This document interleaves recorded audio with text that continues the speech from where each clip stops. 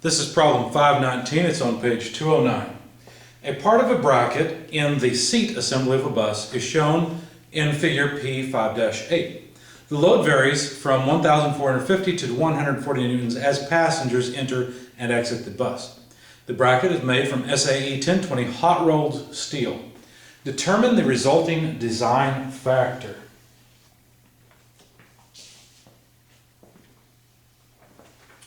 So we're essentially given the solution to problem 5-8 and the fact that there is 1020 hot rolled steel that it's made from, and we're supposed to find, and by the way, the solution to that problem gave us two things. It gave us the, let me move the find down.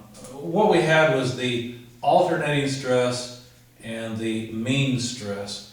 Those numbers were, let's see, I've got them here. The alternating was 48.65 megapascals, and the mean stress was 59.05 megapascals. Now, the 1020 hot rolled, if I go and look up its properties, that's an SAE steel. Its yield strength is 331 megapascals, and its ultimate strength is 448 megapascals. Now I'm trying to find the safety factor. Now remember, there are several different theories that we could follow. One of them is it's too conservative, right? But one of the more conservative but still partially problematic theories was the Goodman line. Remember that one? And so my approach to this problem will be to calculate the factor of safety from the Goodman Criterion and then check for yielding as well. Basically, in the Goodman diagram, what you're doing is you are making a safe zone out of the average and the alternating, or the mean and alternating stress. Remember that the yield strength is here somewhere, here, and then there's the ultimate strength over here. And the Goodman diagram just basically says, let's connect these 2 points.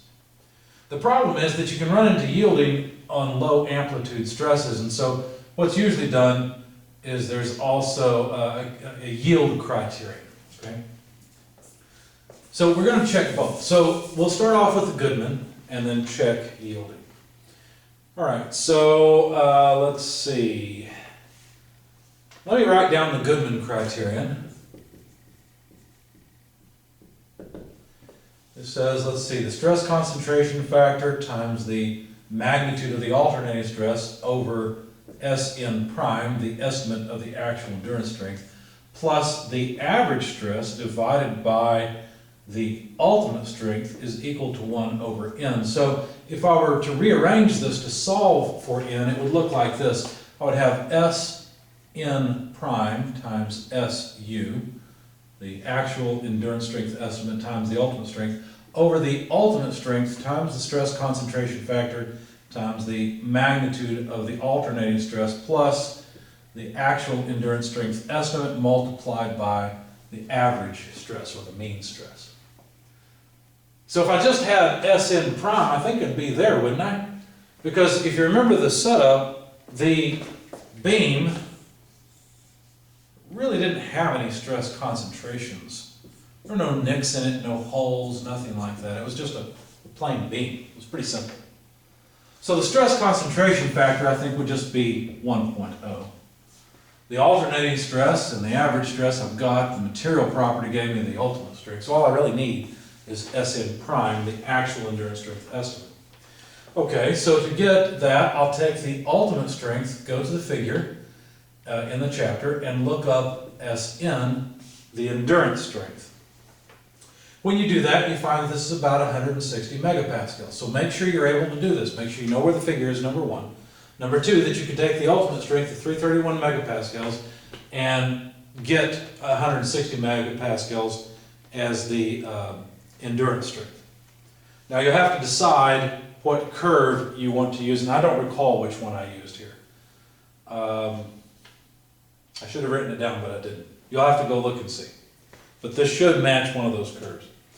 It's hot rolled, so I chose the hot rolled curve, of course. This is a hot rolled part.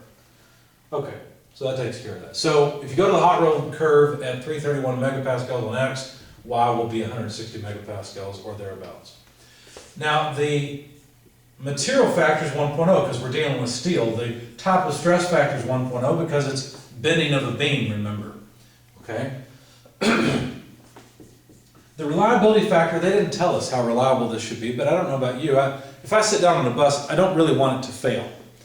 So I chose a 99% reliability, or in other words, not 99.9% reliability. In other words, a 0.75 factor from the table. Okay. Then finally, I need a size factor. But the problem is the size factor depends on the diameter. And if you remember the cross section of this thing, we didn't have a diameter. We had a cross section that looked something like that. As a matter of fact, the height was 12 millimeters and the base was 60 millimeters. Now if it was me, of course, and I was designing this, I'd take this thing and turn it up if I could, because that'd give me a stronger beam. But for whatever reason, it's oriented this way and it's bending about that axis.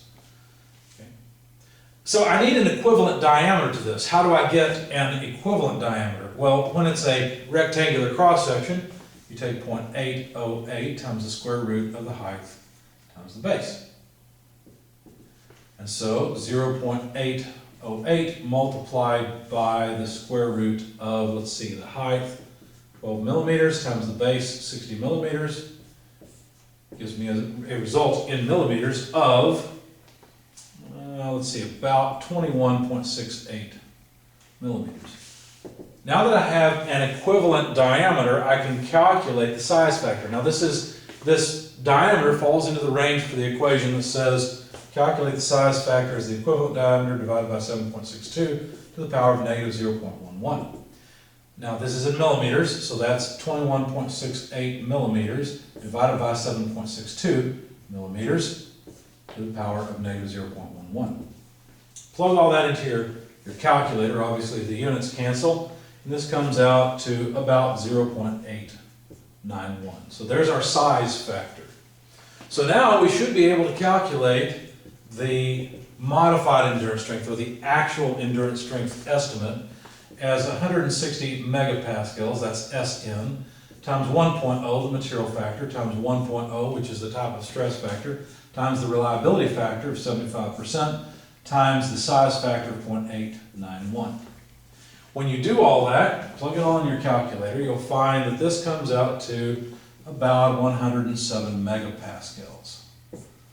Okay, that was a lot of work to get one factor, but at least we've got it. Now, let's see if we can calculate the safety factor from the Goodman line, okay? We need Sn prime, no problem, we've got it now, 107. Notice it's megapascals times megapascals, megapascals times megapascals, plus megapascals times megapascals, so this will be dimensionless, which it should be. So I'm not going to bother with the units. 107 estimate of actual endurance strength, ultimate strength, and I'm sorry, I said 331 earlier. I used 448 to get the endurance strength of whatever it was, 160 megapascals. I misspoke, I apologize. I did not use the yield strength to find Sn. I used the ultimate strength of 448. Okay, so there's SU. SU again, 448 in the denominator. I'm not going to bother writing the stress concentration factor. The magnitude of the alternating stress is 48.65 megapascals. Sn prime is still 107. Okay, and sigma m, the average or mean stress is 59.05 megapascals. Plug all that into your calculator and you find that this safety factor is about 1.7. Now, it could be that this thing will yield before it will fatigue. That is certainly possible. So let's find out if yielding is a problem here. So we're going to check the yield factor. So what's the safety factor against yielding? Well, the equation is stress concentration factor, sigma A, over the yield strength, plus stress concentration factor mean stress over the yield strength equals 1 over n. This one's actually easier to solve for n because you already have a common denominator. It's simply the yield strength divided by Kt sigma. Let's do it this way. It's the same stress concentration factor for both, so sigma A plus sigma m. Okay. Again, I'm assuming the stress concentration factor is 1, and so the yield strength is 331 megapascals. We finally get to use that. If I can write a 1, there we go. Divided by, well, 1, I guess I'll leave it in there, times sigma A, the alternating stress magnitude, 48.65 megapascals, plus the mean stress, 59.05 megapascals. I just put the units outside. Again, the units cancel, we get a safety factor that's dimensionless, comes out to about 3.7. Now, you can say, well, which one's right? Well, this is the safety factor against yielding, this is the safety factor against fatigue. It's going to fatigue first. It's not going to yield, unless you just apply a much larger load than what we've seen here. So the safety factor is 1.7. And that's the answer to the question, which is, what's the safety factor for this design?